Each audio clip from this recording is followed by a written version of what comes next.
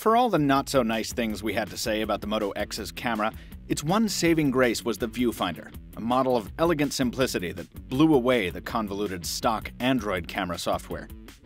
Today, Google has introduced an update to that stock Android viewfinder, available on the Play Store for download on all devices running Android 4.4 KitKat and above.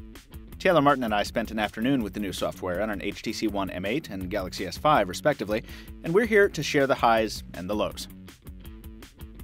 I'm Michael Fisher, this is Pocket Now, and this is your guided tour of Google Camera for Android KitKat. The core of the new Google Camera app is simplicity.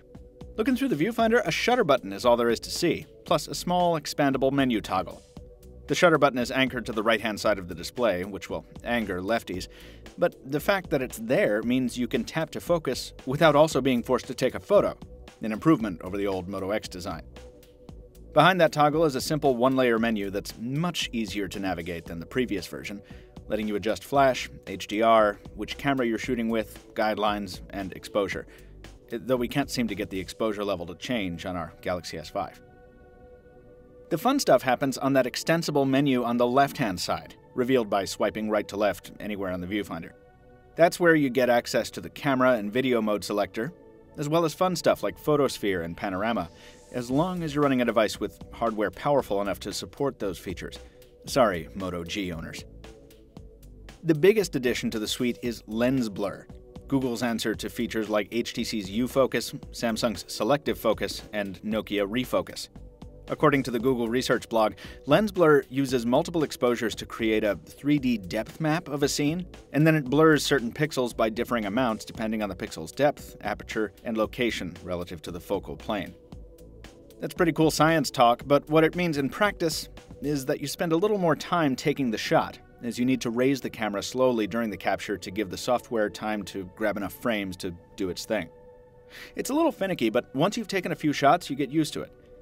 The results aren't perfect. There's often some edge fuzz here and there, and if the space between subject and background isn't wide enough, the software is easy to confuse.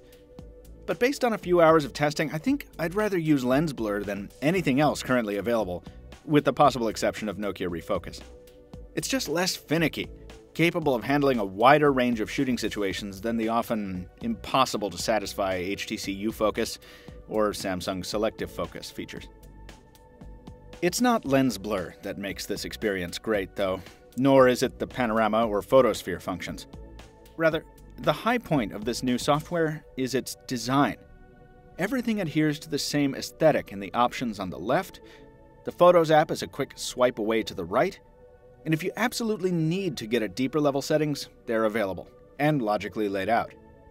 We do wish Google would have left us manual white balance and the timer, and we're also not happy about the omission of still photo capability in camcorder mode. Losing options is never fun. But if those are the sacrifices it took to make this cleaner, quicker, prettier experience possible, so be it. We'll wait for those features to trickle back in with updates. For now, we'll enjoy not hating the stock camera experience on Android for the first time in a long while.